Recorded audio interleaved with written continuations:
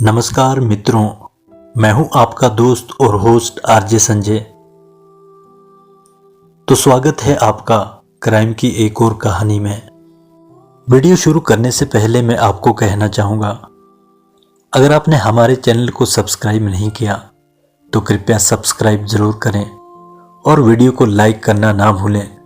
तो चलिए कहानी की ओर आगे बढ़ते हैं। दोस्तों, उत्तराखंड की राजधानी देहरादून की पहाड़ियों में एक लड़की की लाश मिलती है।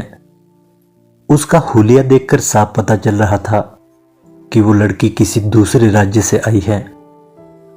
यह भी जाहिर था कि लड़की का कत्ल हुआ है और कातिल तक पहुंचने के लिए पुलिस के पास सुराग के नाम पर सिर्फ 18 गाड़ियां थी।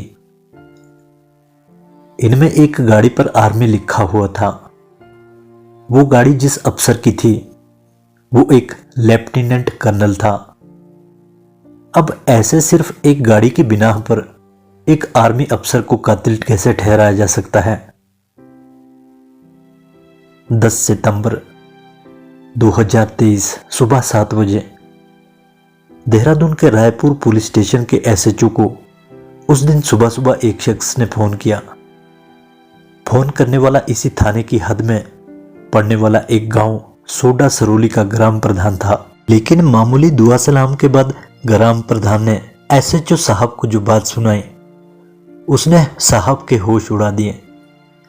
ग्राम प्रधान का कहना था कि उनके इलाके में एक लड़की का कत्ल हो गया है और लाश उन्हीं के थाना इलाके में सिरवालगढ़ की एक सुनसान सड़क के किनारे झाड़ियों में पड़ी है।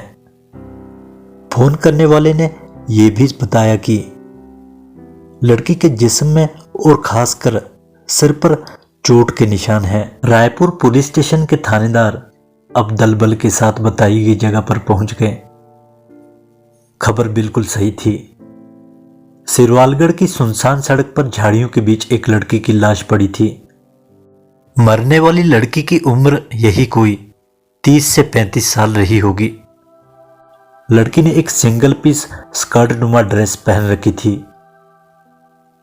लाश पर चोट के कई निशान थे, खासकर सिर पर किसी भारी चीज से हमला किया गया था।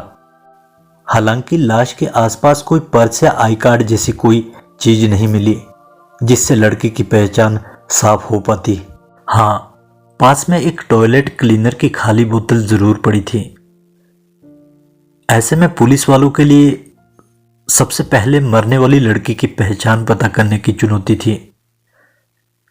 एक खास बात जरूर थी कि चेहरे मोहरे से लड़की लोकल नहीं बल्कि उत्तर भारत के पूर्वी हिस्से या फिर नेपाल की रहने वाली लग रही थी। अब अगर लड़की बाहर की थी तो किसी लोकल थाने में उसकी गुमशुदगी की रिपोर्ट दर्ज होने की गुंजाइश भी ना के बराबर थी। हालांकि पुलिस ने ऐसी किसी रिपोर्ट के बारे में पता किया लेकिन उन्हें कामयाबी नहीं मिली। अब एक एक कर पुलिस ने सबसे पहले सीसीटीवी कैमरों की फुटेज खंगालने का फैसला किया। हालांकि सिरवालगढ़ में जहां पर लाश फेंकी गई थी वहां आसपास कोई सीसीटीवी कैमरा नहीं था, बल्कि ये एक सुनसान जगह थी। इसलिए पुलिस ने सिरवालगढ़ की तरफ जाने वाले तमाम सड़कों में लगे सीसीटीवी कैमरों की फुटेज देखने का फैसला किया। चूंकि लाश सुबह सवेरे मिली थी, शक था कि लाश एक रोज पहले रात के अंधेरे में ही फेंकी गई हो। इस हिसाब से पुलिस के पास एक करीब 12 से 15 घंटों के समय का एक अंदाजा भी था। इस कोशिश में पुलिस ने करीब 250 गाड़ियों की जांच की जो सिरवालगढ़ की तरफ आती जाती नजर आ रही थी और इसके बाद उसने 18 ऐसी गाड़ियों को शॉर्ट लिस्ट किया जिनका इस वारदात से वास्ता हो सकता था। इनमें गाड़ियों की मैक, उस पर लिखे शब्द, जाने और आने के बीच का टाइम गैप सब कुछ नोट किया गया था। वैसे जांच सिर्फ गाड़ियों के सहारे ही नहीं चल रही थी बल्कि पुलिस दूसरे तरीके से भी कातिल तक पहुंचने की कोशिश में लगी थी। इसी सिलसिले में पुलिस ने गौर किया कि मरने वाली लड़की ने जो सिंगल पीस स्कर्ट पहनी थी वो ज्यादा पुरानी नहीं थी। यानी कुछ रोज पहले ही खरीदी गई थी। पुलिस ने बारीकी से ड्रेस का मुआयना किया तो उसे ड्रेस में एक बारकोड भी मिला। तब पुलिस ने उस बारकोड के सहारे ड्रेस बेचने वाली दुकान तक पहुंचने का फैसला किया। पुलिस जूडियो ब्रांड की इस ड्रेस के 2 शोरूम जाखन और किशन नगर में पहुंची और इन दोनों ही शोरूम में पिछले चंद दिनों में कुल 8 ऐसे ड्रेस बेचने की बात कही। अब धीरे धीरे ही सही पुलिस कातिल के करीब पहुंच रही थी। पुलिस ने जिस टाइम फ्रेम में वो ड्रेस बेची गई थी उस टाइम फ्रेम में उन दुकानों के पास की सीसीटीवी फुटेज चेक करके ये देखने की कोशिश की कि क्या उन 18 शॉर्ट लिस्ट की गई गाड़ियों में से कोई गाड़ी उस खास वक्त में शोरूम के आसपास आई थी या नहीं। और इस कोशिश में पुलिस को बहुत बड़ी कामयाबी मिली। पुलिस को एक ऐसी एसयूवी का पता चला जिस पर आर्मी लिखा हुआ था। यही एसयूवी 9 और 10 सितंबर की दरमियान रात को सिरवालगढ़ की तरफ जाती और आती हुई भी देखी गई थी। अब पुलिस गाड़ी के नंबर से उसका एड्रेस भी पता कर चुकी थी। पुलिस को पता चला कि वारदात से पहले दिन रात को वो गाड़ी करीब 11 बजे अपने पते पर वापस लौटी थी। यानी अब तक की तफ्तीश के ये सारे तथ्य एक दूसरे से मेल खा रहे थे और ये शक लगातार गहरा होता जा रहा था कि उस किया कार से लड़की के मर्डर का कोई ना कोई कनेक्शन जरूर है। वो किया एसयूवी आर्मी के लेफ्टिनेंट कर्नल की थी। पुलिस ने आनन फानन में लेफ्टिनेंट कर्नल का मोबाइल नंबर निकाला और फिर उसकी सीडीआर भी चेक की। सीडीआर में भी कर्नल साहब की लोकेशन उन्हीं इलाकों में नजर आ रही थी जहां जहां गाड़ी गई थी और लाश फेंकी गई थी। नंबर में कर्नल साहब की बातचीत वारदात वाले समय के आसपास एक संदिग्ध नंबर से हुई थी। ऐसे सुराग भी मिल रहे थे। ऐसे तमाम सुराग जब सबूतों में तब्दील होने लगे तो आखिरकार पुलिस ने कर्नल साहब की कोठी पर दबिश दे दी। ये थे कर्नल रामेंदु उपाध्याय।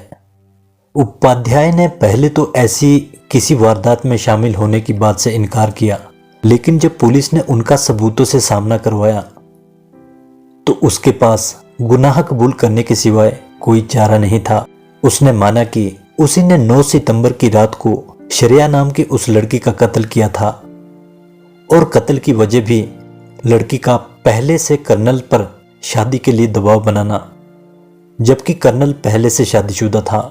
असल में कर्नल उपाध्याय की पोस्टिंग पहले पश्चिम बंगाल के सिल्लीगुड़ी टाउन में हुई थी। वहां उसका एक डांस बार में आना जाना था और वहीं नेपाली लड़की से उसकी मुलाकात हुई। ये लड़की उस बार में डांसर के तौर पर काम करती थी, लेकिन यहाँ डांस से शुरू हुआ मनोरंजन पहले दोस्ती में बदला और फिर धीरे धीरे प्यार में बदल गया। दोनों एक दूसरे से काफी करीब आ गए थे और अब कर्नल उपाध्याय ही लड़की के सारे खर्चे भी उठाने लगा। लेकिन जैसे ही कर्नल उपाध्याय का ट्रांसफर देहरादून हुआ, उसने लड़की से सारे रिश्ते नाते खत्म कर दिए और देहरादून चला गया। अब इतने दिनों से साथ रहने वाली लड़की कर्नल उपाध्याय से अपना हक मांगने लगी। वो कर्नल से शादी करने की जिद पर अड़ी थी, लेकिन कर्नल पहले से ही शादीशुदा था और उसे एक बच्चा भी है। इन हालात में कर्नल उससे पीछा छुड़ाना चाहता था, लेकिन लड़की अपना हक मांगती हुई सिल्लीगुड़ी से सीधा देहरादून आ गई। यहां कर्नल उपाध्याय ने ही उसके रहने ठहरने का इंतजाम भी किया, यहां तक कि उसे कपड़े भी दिलवाए। उधर कर्नल की बीवी को अपने पति के इस रिश्ते की खबर मिल चुकी थी। इस रिश्ते को लेकर घर में झगड़े होने लगे थे। जाहिर है कर्नल तनाव में था और वो अब इससे बाहर निकलना चाहता था। बस इसलिए उसने लड़की की हत्या की साजिश रच ली। 9 सितंबर को श्रेया को अपने साथ एक बार में लेकर गया। वहां दोनों ने शराब पी। इसके बाद गाड़ी में दोनों के बीच अपने रिश्ते को लेकर विवाद हुआ और इसी गुस्से में कर्नल ने गाड़ी में रखे हथौड़े से लड़की के सिर पर एक के बाद एक कई बार किए और उसकी जान ले ली। इसके बाद कर्नल उपाध्याय अपनी किया कार से उसकी लाश सिरवालगढ़ की तरफ लेकर गया और वहां रात के अंधेरे में सुनसान जगह पर उसकी लाश को फेंककर गाड़ी में रखा टॉयलेट क्लीनर उसके चेहरे पर डाल दिया और फरार हो गया। हालांकि देहरादून पुलिस ने टेक्निकल इन्वेस्टिगेशन के सहारे महज 24 घंटे में मामले की जांच पूरी कर ली और लेफ्टिनेंट कर्नल को गिरफ्तार कर मामले का खुलासा कर दिया। पुलिस को आरोपी के मोबाइल से लड़की की तस्वीरें, दोनों के बीच हुई चैट, कई ऐसी चीजें बरामद हुई जो कर्नल उपाध्याय के खिलाफ अदालत में अहम सबूत साबित हुई। तो मित्रों, ऐसे अपराधों का कोई अंजाम नहीं होता है। हमें ऐसे अपराध करने से पहले सोच लेना चाहिए कि इसका अंजाम आखिर में यही होता है। तो मिलते हैं जल्द ही एक और नए वीडियो के साथ। तब तक के लिए मेरा आप सभी दोस्तों के लिए अलविदा। अगर आपने हमारे चैनल को सब्सक्राइब नहीं किया है तो कृपया सब्सक्राइब ज़रूर करें और लाइक करना ना भूलें दोस्तों।